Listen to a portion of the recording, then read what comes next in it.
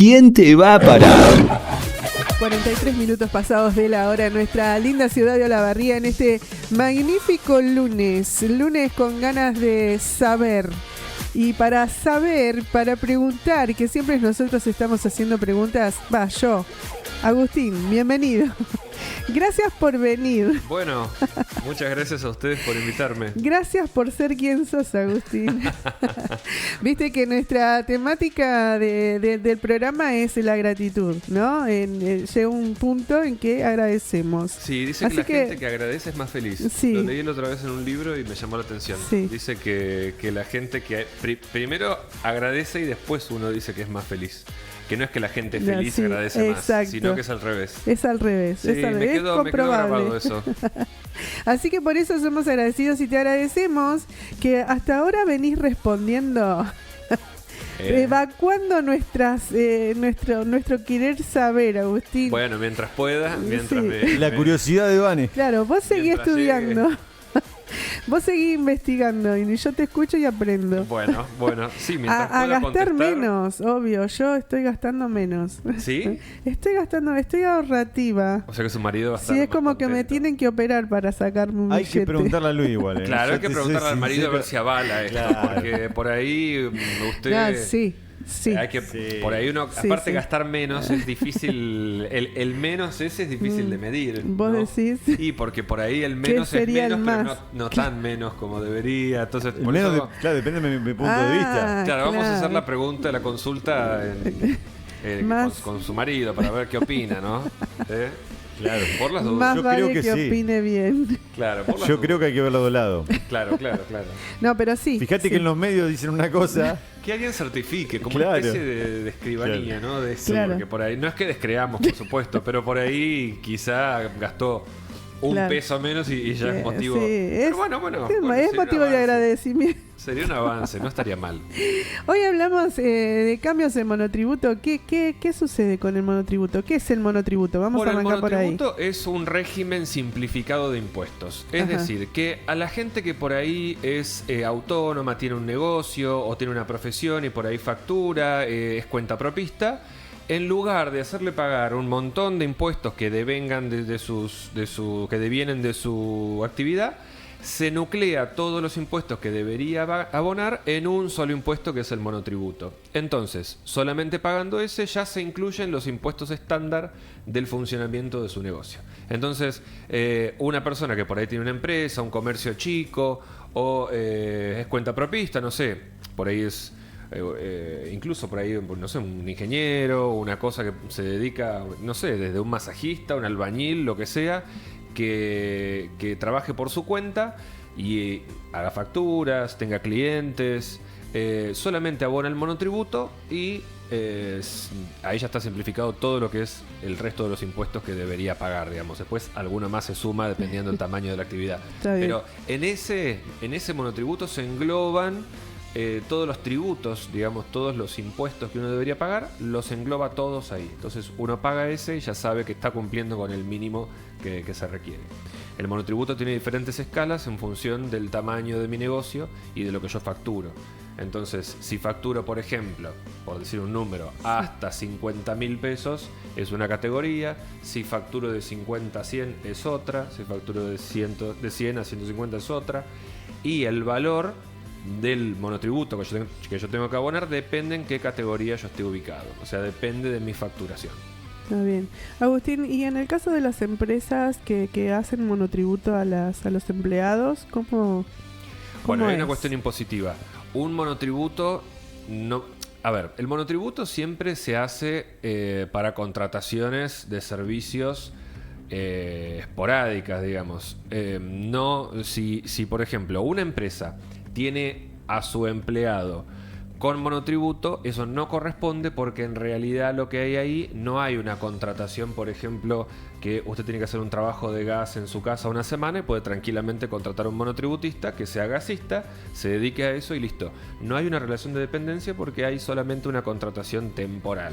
En cambio, cuando una empresa dice, bueno, yo te tengo, pero tengo que hacerte monotributo, esto en realidad es una cuestión que se usa para no tener que pagar jubilaciones, cargas sociales, un montón de otras cosas. Entonces, eso no es legal, digamos, porque lo que se está haciendo se está encubriendo una relación de dependencia que es lo que realmente está funcionando ahí, ¿no es cierto?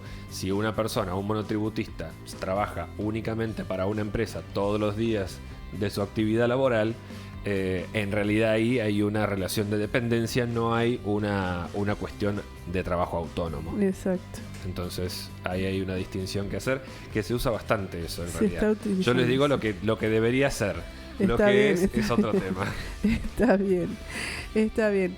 Y ahí veíamos una nota que dice que hay un proyecto de rentas inesperada. ¿Qué es eso? Respecto del monotributo igual me quedó una cosa. El ajuste del monotributo, que tiene que ver con lo que me habías preguntado antes, este ajuste, que estas novedades que hay respecto del monotributo, es que van a recalcular las escalas. ¿Qué pasa? Estas escalas que yo les decía, que uno paga en función de lo que va facturando, si factura entre 50 y 100 es una, entre 100 y 150 es otra, se recalculan una vez al año. Entonces, ¿qué sucede? Mucha gente factura más, pero porque en realidad aumenta de precio los productos que venden.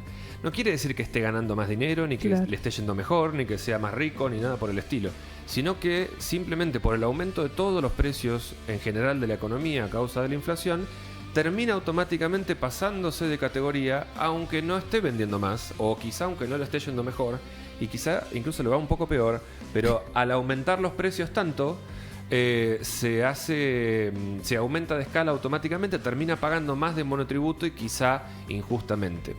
Porque, recordemos, si este recálculo se hace una vez al año, pero en el transcurso del año los precios fueron aumentando, va a haber una distorsión ahí. Yo estoy facturando más, pero no necesariamente estoy ganando más dinero.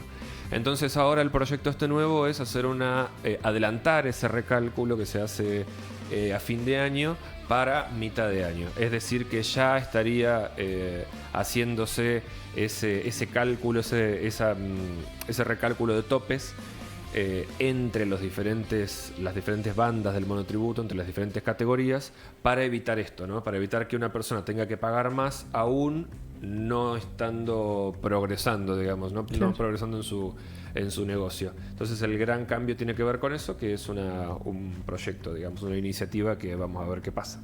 Porque en realidad la gente que tiene monotributo me va a entender, digamos, quizá por ahí abonando más o menos o ganando más o menos lo mismo, facturando más o menos lo mismo, termina pagando más porque lo suben de categoría.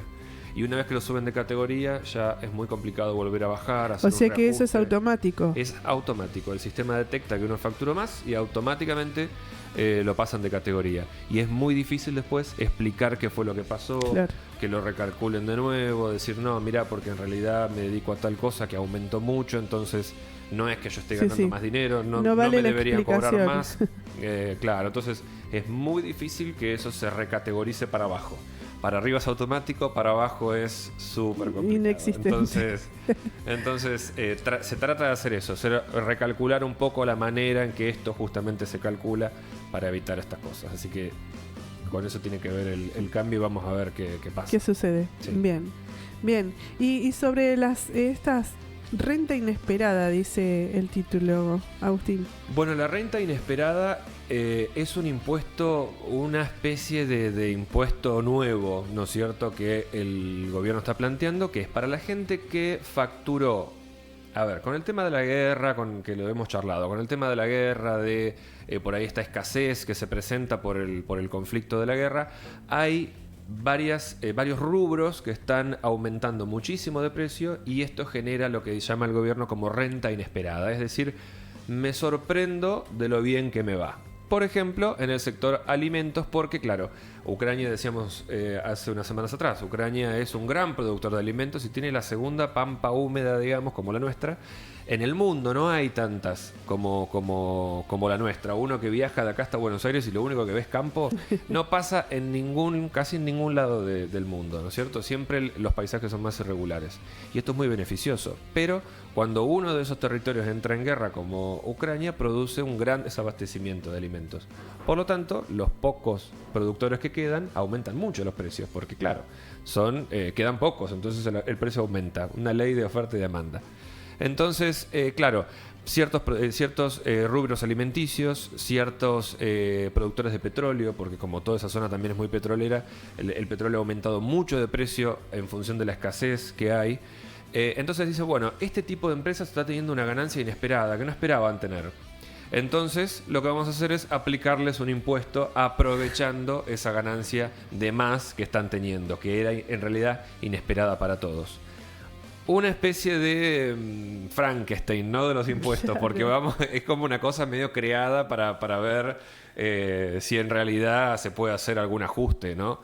El gobierno medio que dejó en claro que ya no va a hacer ajustes en los gastos, no va a dejar de gastar, así que del otro lado, o sea, hay que recaudar más. Si no se deja de gastar, hay que ganar más. Así que van a hacer un aumento. Lo cierto sí es que en varias partes del mundo esto se ha implementado ya, no es que somos los únicos, pero la sensación es que en Argentina los impuestos tienden a ser eternos. Una vez que se crearon, se deja. Ya está. Así que en otros lugares eso se respeta un poco más y en el nuestro, sobre todo aparte con el tema de que el Estado es como socio, digamos, de las empresas cuando ganan mucho, pero no es socio cuando empiezan a perder. Entonces, ¿Quién te va a parar? Lunes a viernes, de 10 a 12 horas, con Pablo Moschiar y Vanessa Campos Gómez. Mira en vivo redvisionradio.com y la 103.5.